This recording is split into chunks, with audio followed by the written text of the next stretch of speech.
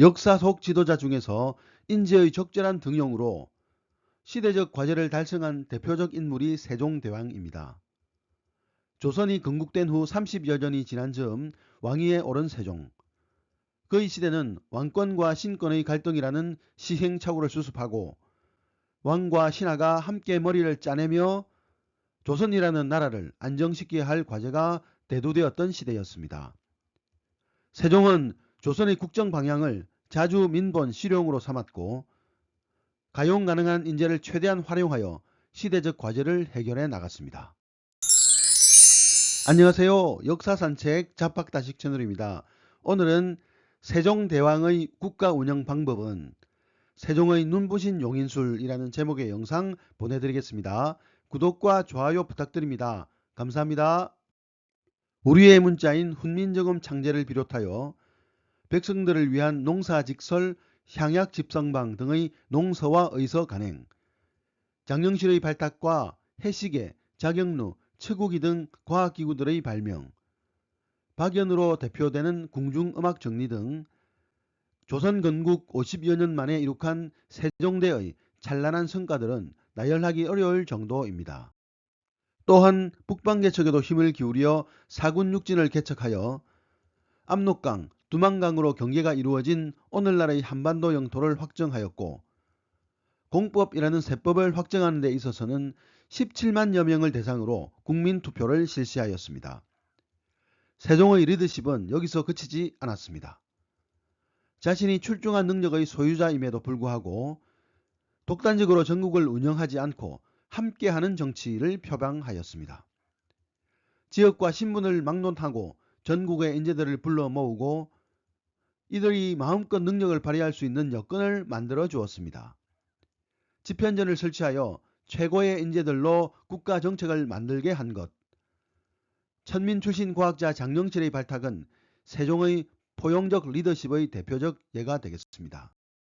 장영실은 그 아비가 본래 원나라 소주 항주 사람이고 어미는 기생이었는데 공교한 솜씨가 보통 사람에 비해 뛰어나므로 태종께서 보호하셨고 나도 역시 이를 아낀다는 세종실록의 기록처럼 장영실의 아버지는 중국계 귀하인 출신이었고 어머니는 관기로서 장영실은 천민이었습니다. 그러나 세종은 장영실의 과학적 재능을 알아보고 파격적으로 관직을 제수했습니다. 신하들의 반대는 심했지만 능력 본위로 인재를 등용해야 한다는 세종의 신념은 확고했습니다. 세종은 장영실로 하여금 국가의 과학 프로젝트를 주도하게 했습니다. 이것은 간이와 일월정시의 천평일구, 자경루 등의 발명품으로 이어졌습니다. 자경루가 발명되자 세종은 이제 자경루를 만들었는데 비록 나의 가르침을 받아 했지만 만약 이 사람이 아니었더라면 암만 해도 만들지는 못했을 것이다 면서 장영실에 대한 무한 신뢰를 나타내었습니다. 세종과 장영실의 환상적인 호흡은 15세기 천문과학 분야에서 조선이라는 나라가 세계적 수준의 국가가 되게 하였습니다.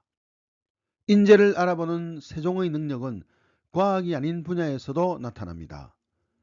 우리 역사상 최고 재상 중 한 명인 황희증승은 원래 세종의 즉위를 반대한 인물이었습니다. 태종이 14년간 세자의 자리에 있던 양녕대군을 폐위하고 충녕대군을 후계자로 임명하자 황희는 이를 반대했고 결국 유배의 길에 올랐습니다. 유배지에 있던 황희에게 손을 내민 사람은 바로 세종이었습니다. 세종은 왕위에 오른 후 황희를 다시 등용했고 이후 황희는 세종의 기대에 부응하면서 최고의 재상이 되었습니다. 반대 세력까지 포옹하는 리더십이 돋보입니다. 세종 리더십의 가장 중요한 요소인 함께하는 정치를 상징적으로 보여주는 기간이 집현전입니다. 세종은 즉위 후 바로 집현전을 학문과 정책의 중심기구로 발전시켰습니다. 집현전이 위치했던 곳은 현재의 경복궁 수정전 자리로서 근정전이나 사정전과 매우 가까운 곳에 위치해 있었습니다. 그만큼 세종이 집현전에 대한 관심이 컸음을 의미하고 있습니다. 집현전에는 신숙주, 성삼문, 정인지, 최항 등 세종시대를 대표하는 학자들이 속속 모여들었습니다. 세종 스스로도 학문이 뛰어난 군주였지만 홀로 정책을 결정하지는 않았습니다. 집현전 학자들의 연구 성과를 충분히 반영하였습니다. 집현전에서는 주택에 관한 옛 제도 조사, 중국 사신 접대 방안, 염전법에 관한 연구, 외교 문서의 작성, 조선의 약초 조사 등 다양한 활동을 수행하였습니다.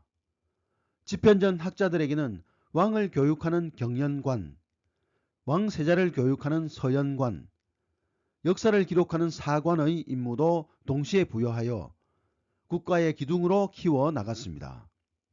각종 편찬 사업도 활발히 이루어졌습니다. 역사서, 유교경전, 의례, 병서, 법률, 천문학 등 각종 서적이 편찬되었습니다. 이러한 편찬 사업은 세종 당대에 완성된 것도 많았지만 고려사와 같이 세종대에 시작하여 문종대에 완성된 것도 있습니다. 그만큼 긴 안목을 가지고 과제를 부여하고 이를 완성시킨 것이지요. 집현전은 세종의 배려 속에서 수백 종의 연구 보고서와 50여 종의 책을 편찬하였습니다.